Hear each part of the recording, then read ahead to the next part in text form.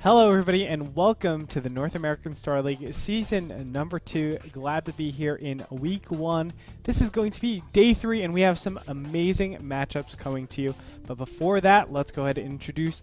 I am Andre Greytorp Hengshaw and I've been casting here since Season 1. So glad to be back in Season 2 and we have so much in store for you guys. You definitely have to tune in, check it out.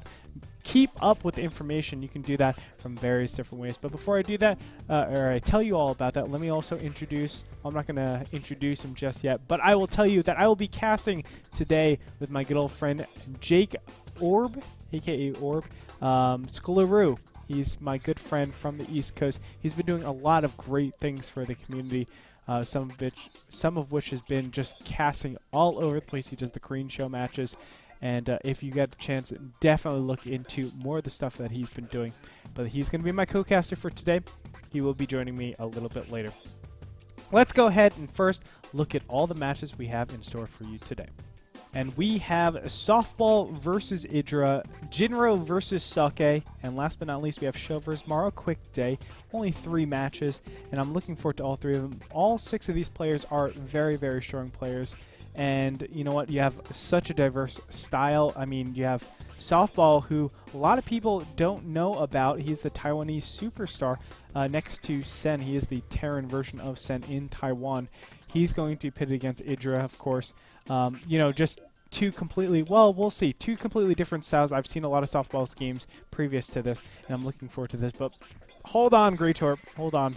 Don't go too far into it. Let's go ahead. For all you people that don't know about our format, let me go ahead and explain.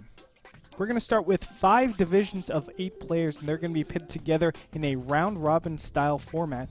Of course, all the players playing each other. What we're going to do is get all the players ranked 1st to 8. The first 2 of each division are going to move on and advance to the finals. That they're going to be playing for that $100,000 prize pool in sunny Southern California. It's going to be a great time. Of course, we had that in Season 1. So that makes up 10 players of the 16 players that will advance to the finals.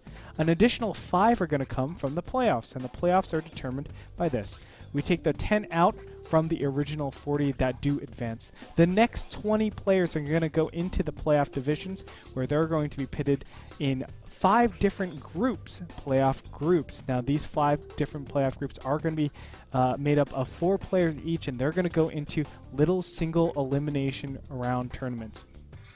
After that is going to be done, we get 5 players from each of those groups from the playoffs. Those 5 players are going to advance as well to the finals in California. All right, so where is that last person coming from? Well, there's, of course, the Open qualifiers. That is the Open tournament where anybody, even you at home, can enter.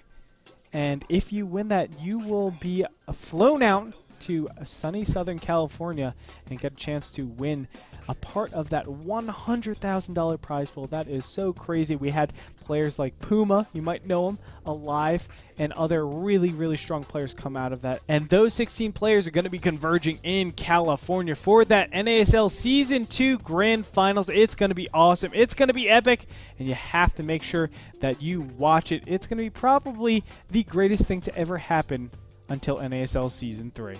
Anyway, that's going to be how the league works. Alright, so let's go ahead and go into the maps right now before we get into the nitty-gritty of each individual matchup. They're Belshire Beach, then we move over to NASL's The Shattered Temple. Finally, we clean things up on Xel'Naga Caverns. I can't wait to see that 3rd match. I really like Xel'Naga Caverns, especially for matchups like TVP, that kind of stuff going on. But still, let's go ahead and look at our first map, Belshire Beach. Now, Belshire Beach is featuring a lot of expansions, probably one of the most expansions for a particular map in a one-on-one. They are spawning in the top left and the bottom right, and you can see just for, if you take your side alone, just the top and bottom, you have 4 expansions each to your own. That is a ton, and it's very, very easy to defend them since the push distance is so far away. The Xel'Naga Towers in the middle, 2 of them in particular, and they are going to be able to see any movement. So a lot of times you will be seeing a lot of fights for those Xel'Naga Towers just to make sure that you're absolutely safe. There's a lot of drop things that can go on with Terran as well, and you know, a lot of different shenanigans. You can do a lot of proxies, you can do a lot of forward pylons. So many different variations. I can't wait to see what happens on this map in particular for every single one of these races. Moving on over into map number 2, we have NASL's The Shattered Temple. This is a little bit different. We only have cross positions, and I love that fact of the NASL.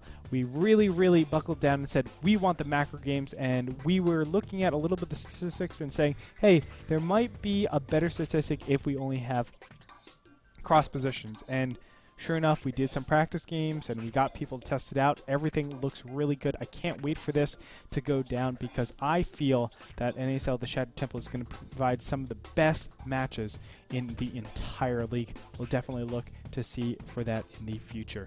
And of course, going to our third map, we have our good old map, Xel'Naga Caverns. We've seen this map time and time again. Blizzard made this, and it's a pretty good map. TVZ can be very difficult sometimes. TVP can be very difficult at times. PVZ can be very difficult. I guess all of them could be very difficult sometimes. But what I really like, it's a map that everybody's used to, but that leaves a lot of metagaming for each other. You can expect some things, and all of a sudden, boom, I'm shoving something completely different into your face. Again, a lot of different things can happen from all three of these maps, and that's why I really like to see just like breath of fresh air from players all around the place, because the top players are the ones that are able to be the most creative or even the most robust, and they're really able to show why they are labeled one of the best in the world, competing for that $100,000 in the North American Star League Season 2. That being said, let's go ahead and go into the matches. Our last match for the day is going to be Show versus Morrow. Show versus Morrow. Both these players are such talented players. They're actually in the same house. Let's go ahead and look at Show from Team Dignitas. Now, Show, he has been competing so well in MLG lately. He is, well, really everything lately. He's been doing just top-notch. Everybody's been fearing him, taking out players like, Idro took a game off of Bomber, has been taking games off of, basically, you name that person, he's been doing it. And what really comes to my mind when I'm watching his play is he has a ridiculously low APM, only like 60, 70, 80 APM, and he's able to play at the top level. He will be going to Korea. He recently announced that, and he'll be training up to be one of the finest players in the European scene. I think he already is, but he's going to be even better.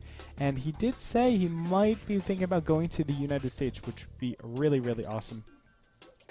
His opponent, Morrow from Team Mousesports, is going to be dueling him, I suppose. And of course, we all know Morrow as the Infested Terran, and he's recently gone back to Terran, but he's playing Terran versus Zerg only. Zerg versus Terran, Terran versus Zerg, and Zerg versus Protoss. He will, of course, be playing ZVT today. I'm really looking forward to this match in particular. Both these players are teammates, or not teammates, they play in the same house.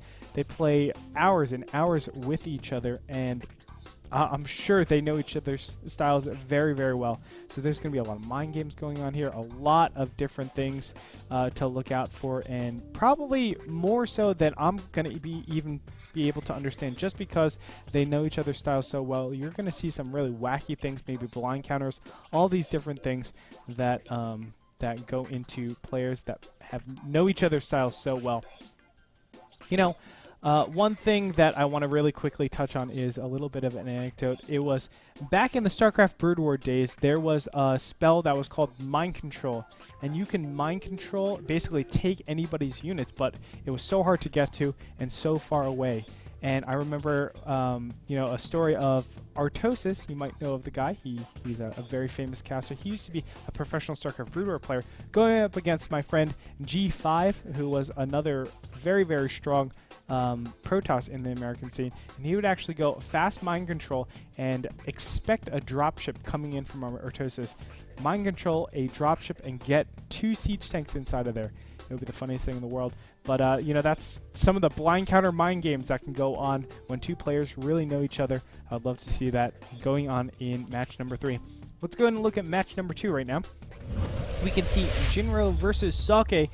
Jinro, player from Team Liquid, and he was top 4 twice in GSL Code S. The guy was on fire. He did take a little bit of slump.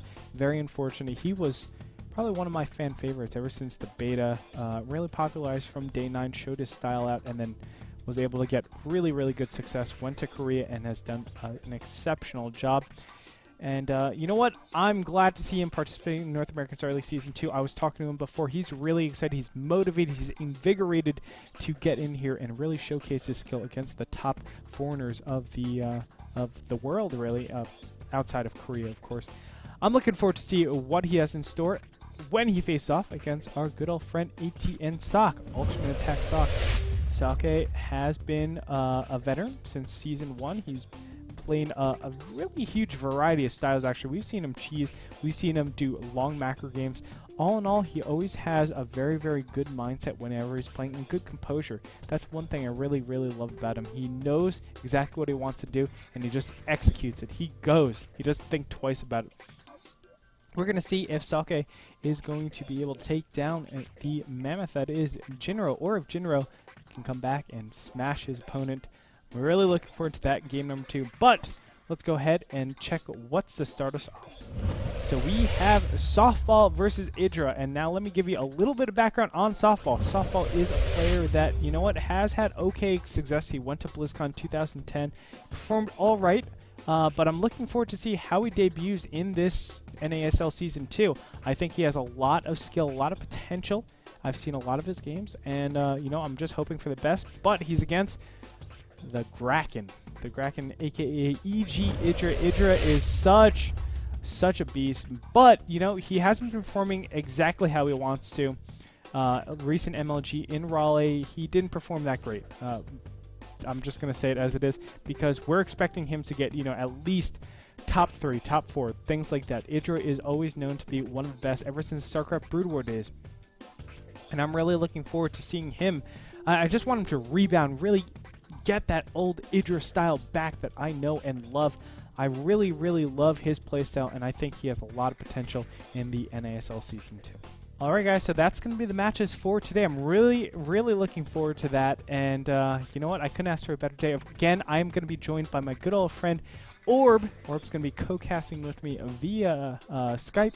I'm really, really excited for that.